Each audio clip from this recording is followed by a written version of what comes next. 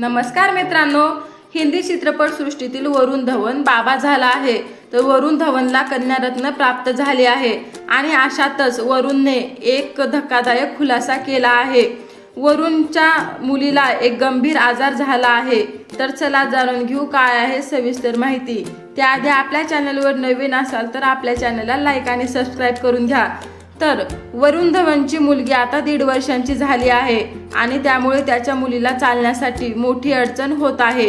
हा आजार development डिस्पेसिया of the heap असल्याचे वरुण धवनने सांगितले आहे.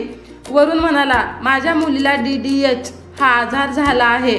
या आजारामुळे एक पाय मोठा आणि एक पाय बारीक होतो. त्यामुळे मुलीला चालण्यासाठी धावण्यासाठी कठीणाई होत आहे. चालण्यासाठी तिरपेपणा येतो आणि या आजारावर उपचार चालू आहेत.